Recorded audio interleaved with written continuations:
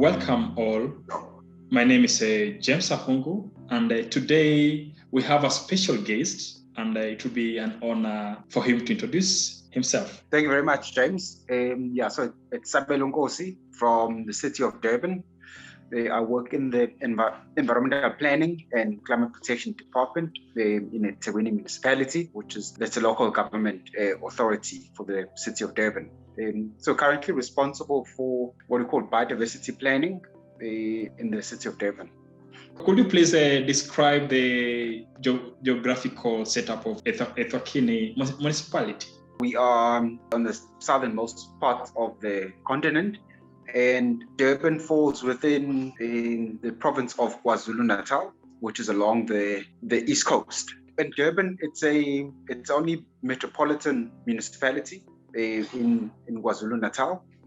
So it's quite an important economic city, because we are also a port city where goods come through Durban to the rest of the country, as well as some of Southern African neighboring countries. What's the good practice that you have in place from eThekwini municipality? Essentially, we're bringing ecology, biodiversity-related information, biodiversity talks to various plants and animals, the variety of life, and how those actually interact in different habitats or different ecosystems. And so we've kind of taken that biodiversity information or green or natural infrastructure and basically have incorporated that into our land use scheme. What was the situation before the introduction of the good practice in eThekwini municipality? So the process of identifying open space was largely expert driven. So it was almost like personal people will value certain open space areas. So there was a way where we could select some, but not select all the important open space areas, because it depended on which experts were in the room and what their background was. So this started really as a social project in the late 1980s, where the experts came together and then they started identifying open space.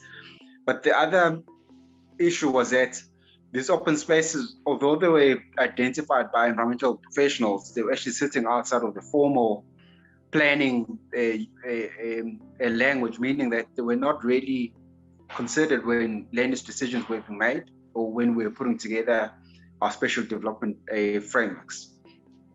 What was the process involved? Yeah, so since the 1980s, so it was expert knowledge based, and also the municipal area started growing in eThekwini municipality, becoming a metropolitan municipality. So there were other areas which did not have mapped open space. So we still followed generally the same based approach until there is a tool that is used in environmental planning, which is a systematic conservation assessment. For short, we call it that the SCA. It is a GIS-based tool instrument, and so what it does is it selects the areas that are important from a biodiversity perspective, and then it produces critical biodiversity areas as well as your ecosystem support areas where you are able to link corridors between key biodiversity sites. What are the issues being addressed by this good practice? What it addresses firstly is that it gives us a level of certainty in terms of understanding where our environmental assets are. And because firstly we know where they are, at least we are able to prioritize where do we manage them, but also we are able to defend it if there are, say, incompatible land uses which are proposed in the open space network or adjacent to the open space. How has the project contributed towards mitigation or adaptation of climate change? We know that what climate change has done is it helped alien plants basically spread even further. And so through this program, we are able to basically know where those alien plants are, where we are able to introduce management interventions to help in terms of climate change adaptation. Essentially, alien plants, some of them are known to use quite a lot of our water resources in our catchments. And so that's why then it becomes important to be able to manage the species, because then what that allows you, it improves your water flows as well as your water retention. We are a coastal city, and so through the management of our June vegetation, coastal forest, at least that does provide, in terms of sea level rise, it provides a defense mechanism in terms of dealing with some of the climate change impacts. We've also focused on the management and protection of wetland systems. And so most times of the year, they are quite wet or moist, so they retain quite a lot of water. And wetlands are important from a carbon sequestration perspective, as well as trapping carbon in the ground, which helps in terms of reducing greenhouse gases, which might actually be emitted into the atmosphere. What are the outcomes of this good practice in eThekwini municipality? The first outcome is we have a structural element for special development frameworks and plans. In terms of, so at least it guides us in terms of how we plan and where we plan, but also it provides a controlled area at the land use management scheme. The other one is what this has actually helped us to do is also to kind of like promote things like your green jobs through some of the SMMEs that actually manage our open space network. Because if we don't partner with communities or businesses, we won't be able on our own as a municipality be able to address and to maintain our ecosystems in a way that is actually good. I think the open space, our open space network, so it started in about 1980, and right now it's quite a recognized global brand. When you talk about Durban, when one comes to Durban, we pride ourselves on being a green city, and that also helps in terms of property value improvements, as opposed to one living in an area which is not being managed or which is not being protected. So some of the work that the World Bank has done in our local city, where it's been quite clear that through the open space network that property values in certain areas has actually grown since we've been involved in managing the open space areas. So what are some of the lessons learned in course of integrating the nature-based solution in land use planning? I think it's important to have a defensible, justifiable reason why we say certain areas are important. We have been able to do that. I think it's important also, to work with communities, to work with other agencies, that we work quite closely with the Provincial Conservation Authority. We work closely with what we call conservancies. So we work quite closely with them.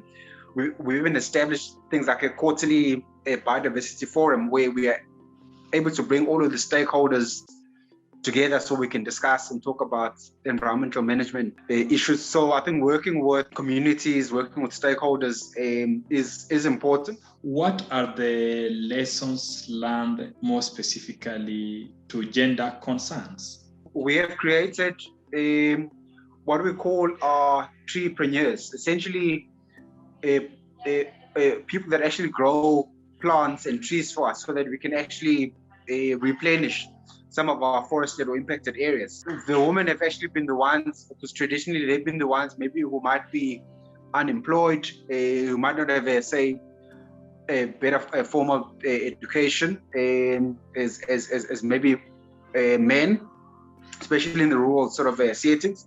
So at least we've been able to provide them with kind of like an economic opportunities or like, a platform where they could actually participate, and they could then be able to either provide groceries for their own families or pay school fees for their children, which may not have been, say, traditionally, say, like a gender role. But I think also to perhaps maybe change some stereotypes. So where we have, for example, rangers in our protected areas, it's not just men only who are actually involved. We've got women who are actually there, like, who are champions, who speak actually with their authority, who are able to approach people who might be say harvesting or illegally. So which has been good.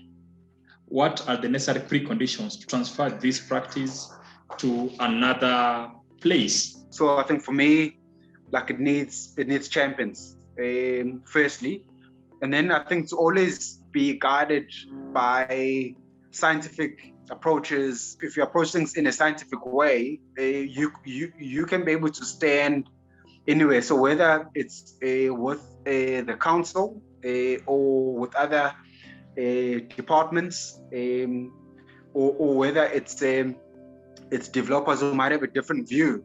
So at least if you've got information which is defensible, you can always present it in a way that we might not agree, but at least that message could actually be heard, and that's anything that we do then becomes guided by the open space network. And then I think the last thing for me really is about you've always got to build partnerships. Like we can never do this on our own. Like, we need the owners, the landowners, to be able to hear, to understand our messaging. We need the communities to be able to work with us. If we're saying that we need to maybe rotate a grazing area where we need to maybe graze elsewhere, it needs the community to buy into some of those ideas. And so without them, really, all of this, we can have our plans, but if people are not a part of the process, essentially we could just have our plans stuck in walls, not being effective. And so then therefore it's quite important that we work with the communities. What is the parting shot with this good practice? There's nothing really that is achievable overnight, which it's about being consistent with what you're trying to achieve, and always adding more value or making it better and better each and every day. So at the moment, yes, we've created this open space network, we're using it in decision making, but we need to bring in a lot more people that are currently involved into these open space areas, so that everyone could actually derive the benefits out of these open space areas.